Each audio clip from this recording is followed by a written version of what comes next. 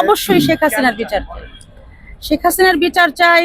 আমাদের সবার আগে আমাদের বাংলার জনগণের ভোটের অধিকার সে ছিনে নিছে।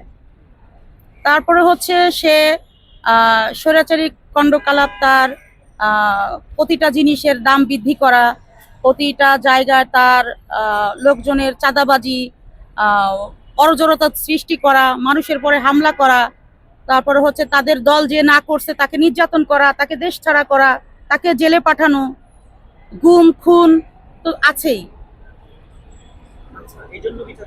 এই জন্য বিচার চাই। বিষয়টা হচ্ছে মানুষ তো বলছে, সাধারণ মানুষ আমরা সোশ্যাল মিডিয়ায় দেখি আগেই ভালো ছিল। আপনি কি একমত আগেই ভালো ছিলেন? আগেই ভালো ছিলাম এই কথাটা আসলে যারা বলছে তাদের বলাটা খারাপ না। তার কারণ হচ্ছে আমাদের বর্তমানের অন্তর্ভুক্তকালীন সরকার সেরকম কোনো পদক্ষেপই নেয়নি যেটা তার নেওয়া উচিত ছিল। এই স্বৈরাচার পতন হওয়ার পরে আমাদের দেশটা যেভাবে লিট এন্ড ক্লিন করে ফেলা উচিত ছিল, স্বৈরাচারী হাসিনার যত অনুসারীরা আছে তারা এখনো বিভিন্ন জায়গায় বিভিন্ন রকমের তাদের কাণ্ডকলাপ চালায় যাচ্ছে। তো সেই জায়গা থেকে সাধারণ জনগণ তো এটা বলবেই। কারণ তা দেখেন, প্রতিটা জিনিসের নিত্য প্রয়োজনীয় যত জিনিস আছে এগুলোর কিন্তু কোনোটা দাম কমেনি। ব্যবসায়ীরা তাদের সিন্ডিকেটটা ওইভাবেই রেখেছে যেভাবে হাসিনা চালাইছে। তাইলে সেই সাধারণ জনগণ তো আসলে ওইভাবে কাউকে সাহস করে কিছু বলতে পারে না। তখন তারা নিরুপায় হয়ে একটা কথাই বলে, আমরা তো আগেই ভালো ছিলাম। দেশের মানুষ তো আগামী দিনে ছাত্রদের সরকার দেখতে চায় বলে মনে করছে। আপনি কি মনে করেন? আপনার রাজনৈতিক দলগুলো নাকি পারেনি ঠিক কথা বলছে। দেশের জনগণ ছাত্রদেরকে দেখতে চায়। আসলে সেই দেশের জনগণ, সেই জনগণগুলো কারা? না, আমি তো দেখতে চাই না যে ছাত্রদের হাতে দেশ চলে যাক। কারণ একটা লোক যখন একটা দায়িত্ব নিবে অবশ্যই তাকে পরিপক্ক হতে হবে। আমি যখনই আজকে আমার বয়স যদি 20, 22, 25 হতো, আমি কিন্তু এই যে এখন বর্তমানে যে জায়গাটায় দাঁড়িয়ে আছি আমি এখানে দাঁড়িয়ে থাকতে পারতাম না। আজকে অবশ্যই আমার বয়সটা পরিপক্ক হয়েছে। আমি সাহস করে একটা কথা বলতে পারি, একটা দায়িত্ব নিতে পারি, আমি একটা পরিবার চালাতে পারি। এই কারণে আমি মনে করি একটা পরিপক্ক লোক ছাড়া সে কখনোই জনগণের দায়িত্ব নিতে পারে না। আপনি বললেন যে স্টুডেন্টরা যারা আন্দোলন করে সরকার পতন ঘটিয়েছে, পূর্বে কিন্তু কোনো রাজনৈতিক দল কিন্তু আওয়ামী সরকার পতন ঘটাতে পারে না। ছাত্ররাই কিন্তু আওয়ামী সরকার পতন ঘটাইছে এবং দেশ ছাড়তে বাধ্য করছে। আপনি তাদেরকে মানে দেশ চালানোর জন্য আপনি দেখতে চান না। আপনি কাকে চান দেশের? তারাই কিন্তু না, আপনাদের এই একটা কথাই আমি একমত নই যে ছাত্ররা শেখ হাসিনাকে পতন ঘটিয়েছে। ছাত্ররা তাদের দাবি নিয়ে মাঠে এসেছে। আমরা যারা অভিভাবকরা আছি, সর্বস্তরের মানুষ, আমরা ছাত্রদেরকে সহযোগিতা করেছি। আমাদের সহযোগিতায় ছাত্ররা সামনে থেকে স্বৈরাচার পতন করেছে। এটা শুধু ছাত্রদের ক্রেডিট না। রাজনীতির মাঠে গত 28 অক্টোবর ঘটে গেছে, পারেননি না, রাজনীতির মাঠে 28 অক্টোবর ঘটে গেছে, সেটা আমরা দেখেছেন। বিভিন্ন দল, আমরা বিভিন্ন জায়গায় আলাদা আলাদা আমরা কর্মকাণ্ড চালিয়েছি।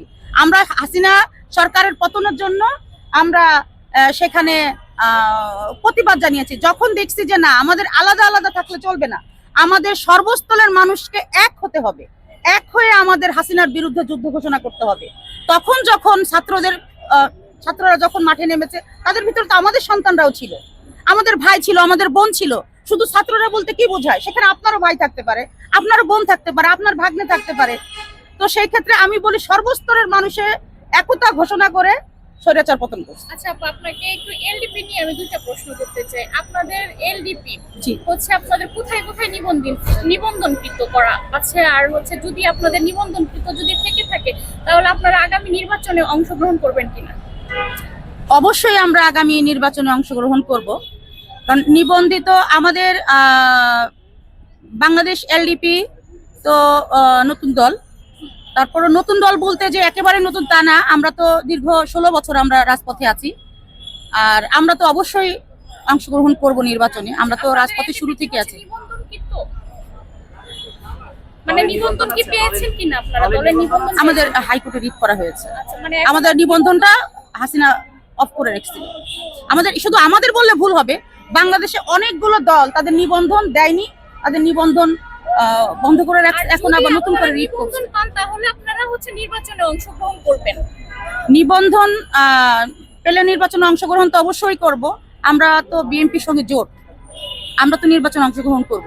আপা বিষয়টা হচ্ছে আপনি বললেন যে ছাত্রদেরকে আপনারা দেখতে চান না, তাদের পরিপক্কতা নাই, এটাও তো না, ছাত্রদেরকে দেখতে চাই না বিষয়টা সেটা না, যে পরিপক্ক মানে অরিজিনালি সংসদে বসার মতো যতটুকু বয়স প্রয়োজন। আগে তো আমাদের ছিল 25 বছর, এখন বর্তমান সরকার চাচ্ছে যে 21 বছর হবে। আসলে আপনাদের কি মনে হয়? আমরা তো মনে করি 21 বছরের একটা ছেলের হাতে এরকম একটা চেয়ার যেতে পারে না। সেই 21 বছরের বাচ্চারাই কিন্তু 21 বছরের আজকে মানুষরাই এত কিন্তু বড় একটা এত বড় গণ অভ্যুত্থান অভ্যুত্থানের ঘটিয়েছে আর কি। ঘটিয়েছে। আচ্ছা আচ্ছা, আপনাদের এই কথাটারও জবাব দিই আমি। আপনারা এটাও দেখেছেন 3 মাসের বাচ্চাও রাজপথে ছিল তার মায়ের সঙ্গে, 5 বছরের বাচ্চারাও ছিল। তারাই নিয়েছিল। হ্যাঁ, উদ্যোক্তা তারা ছিল। তারাই নিয়েছিল। উদ্যোগ তারা নেয়। উদ্যোগ অবশ্যই রাজনীতি যতগুলো দল ছিল তারা নিয়েছে। তারপরে যখন তারা কিন্তু রাজপথে এসেছিল তাদের নির্দিষ্ট একটা দাবি নিয়ে তারা রাজপথে এসেছিল। যখন তাদের এই দাবিটা না মানা হয়েছে তখন তারা নির্যাতনের শিকার হয়েছে। আচ্ছা, তখন তারা কি তারা আপনাদের কাছে গিয়েছিল নাকি আপনারাই তাদের কাছে অবশ্যই তারা আমাদের কাছে গিয়েছিল, আমাদের সহযোগিতা তারা চেয়েছিল। তারা, আপনারা দেখেছেন না যে এখন যারা উপদেষ্টাগণ আছে তারা কতটা নির্যাতিত ছিল, কতটা নির্যাতন হয়েছিল। তাদের নির্যাতন দেখেই তো আমরা আর ঘরে থাকতে পারিনি। আমরা সারা বাংলার জনগণ আমরা রাজপথে নেমে এসেছি। আচ্ছা, আপনি জানেন যে মানে কেউ যদি অযোগ্য হয়েও থাকে, বয়সের ম্যাচুরিটি না থাকে, কিন্তু সে চেয়ারে বসলে তার যোগ্যতা সঠিক হয়ে যায়, সেটা আমরা আসিফ নাহিদকে দিয়ে দেখতে পাচ্ছি। তারাও তো কোনো যোগ্যতাই তাদের ছিল না, আচ্ছা। তাদের রাজনৈতিক ব্যাকগ্রাউন্ডও ছিল না, তারা তো এখন দেশ চালাচ্ছে। আচ্ছা আচ্ছা আচ্ছা, আপনার এই কথার জবাবটা আমি দিচ্ছি। চেয়ারে বসলে আসিফ যোগ্যতা- নাহিদ দেশ চালাচ্ছে। আসলে কি তারা যে চেয়ারটায় বসে আছে তারা যোগ্য হয়ে ওখানে বসছে? তাদেরকে আমরা বসাইছি, অন্য কেউ কিন্তু এসে বসায়নি, আমরাই বসাইছি। তারপর তারা কি আসলেই তাদের দায়িত্ব পালন করতে পারছে? আপনারা দেখছেন, যদি তারা দায়িত্ব পালন করতেই পারতো তাহলে ওই যে কিছুক্ষণ আগে আমাকে একটা প্রশ্ন করে গেছেন যে আগেই ভালো ছিল, তারা দায়িত্ব পালন করতে পারতেছে না বিধায় ওই যে কথাটা শুনতে হচ্ছে যে আগেই ভালো ছিল। আমি আপনাদেরকে বুঝাইতে পারছি বোধহয় এই আপনারও কি কথাটা। মনে হয় যে আগেই ভালো ছিল না, না, এখন ভালো আগেই আছে? ভালো ছিল না, আগেও ভালো ছিল না, এখনো ভালো নেই। এই জন্য তো আমরা এখন আবার যুদ্ধ করার প্রস্তুতি আবার নিচ্ছি। যে এই সরকার যদি সুন্দরভাবে প্রশাসন, আমাদের অত সংস্কার দরকার নেই, আমাদের প্রশাসন সংস্কার করে সুন্দর একটা নির্বাচন দিয়ে দিবে, জাতীয় একটা সরকার গঠন হবে, সেই সরকারের হাতে দেশ সুন্দরভাবে পরিচালিত হবে।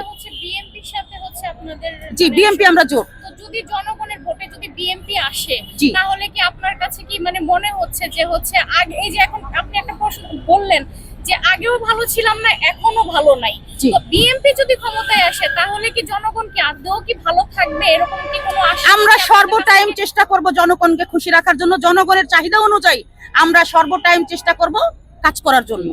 এটা কিসের ভিত্তিতে জনগণ আপনাদের উপরে আশ্বাস রাখবে? কিসের ভিত্তিতে আগেও ভালো ছিল না এখনো ভালো নাই। আগে বলতে বিগত 16 বছর ভালো ছিল না জনগণ। আপনারা দেখেন বিগত দিনে এই যে আজকে আমাদের যত গার্মেন্টস ব্যবসা দেখেন, নারীরা যেভাবে এখন বিগত দিনে নারীরা যেভাবে, আগে তো আর নারীরা ভালো চাকরি করতে পারতো না, তারপরে গার্মেন্টস গুলো ছিল না, এগুলো কিন্তু জিয়াউর রহমানের আনা। আজকে নারীরা যত সাহস করে কাজ করতেছে মাঠে ঘাটে ফিল্ডে, এই যে আপনিও যে জায়গাটা দাঁড়িয়ে আছেন সেটা কিন্তু খালেদা জিয়ার অবদান বলবো আমি। আচ্ছা, চমৎকার। খালেদা জিয়ার শাসনামল আপনি দেখেছেন? অবশ্যই দেখেছি, আমার বয়স রানিং 40 রানিং। চমৎকার। সেই সময় কি আপনি দ্রব্যমূল্যের বৃদ্ধি দেখেছেন না বৃদ্ধি হয়নি সেই সময়? আপনার খেয়াল আছে? তখন তো আসলে খালেদা জিয়ার সময় তখন তো অ্যাকচুয়ালি যেটা আমরা যেটা বলি যে নাজিসের যে চালটা যেটা এখন 100-র উপরে, এই চালটা মাত্র 16 টাকা কেজি খাইছে। বাচ্চার দুধের দাম বেড়ে 400 টাকা হয়েছিল সেই সময়, খেয়াল আছে? না, তখন 400 টাকা হয়েছিল না। ভুলে গেছেন? না না, তখন মাই বয় দুধের দাম ছিল মাত্র শেষ করেন।